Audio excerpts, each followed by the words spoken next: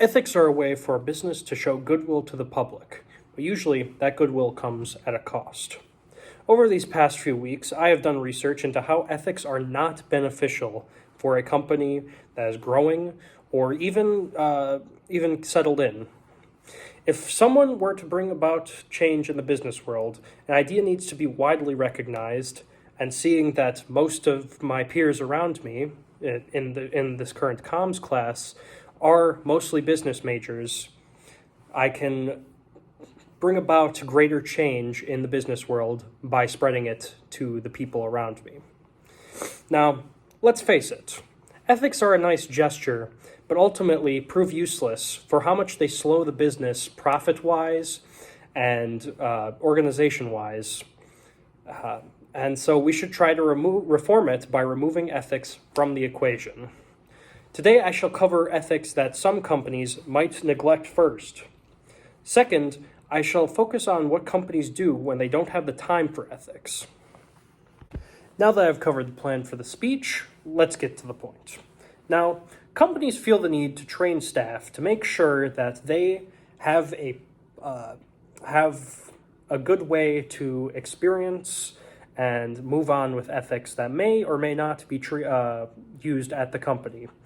Now, the problem with these training courses is usually people do not pay attention and people do not focus on what is important, and that is the main message of most ethics. Now, companies may want to propose good ethics, such as donating to good causes, but also they sometimes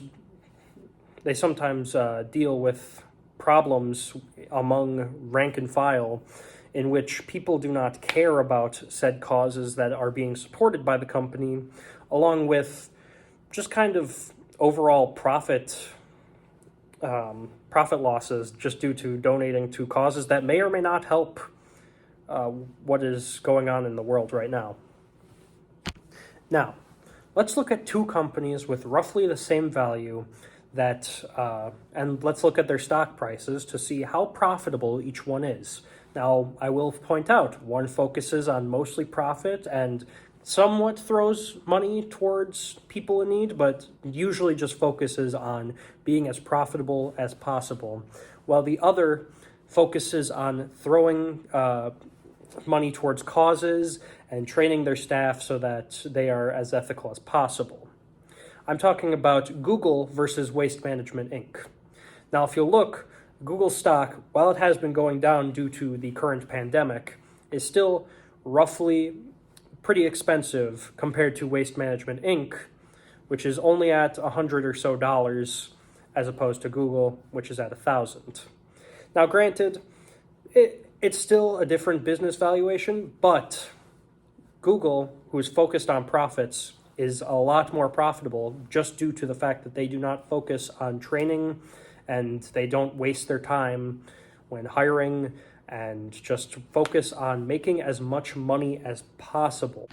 Now, granted, some people may say that ethics are needed specifically to solve social problems in America. And while I do not disagree, I do think that there are other problems around the world that we can solve rather than social problems in America.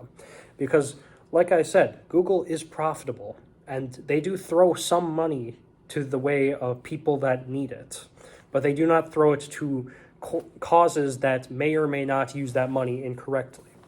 Now, what I'm talking about here is, while social inequality is a social problem in America, I feel that the need that Africa may have in order to just get clean drinking water and edible food is greater than social problems that we may have here in America.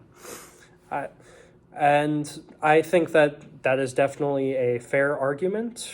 I think that social problems do tend to be too big for most people to just accomplish on their own, and sometimes they do need that financial support.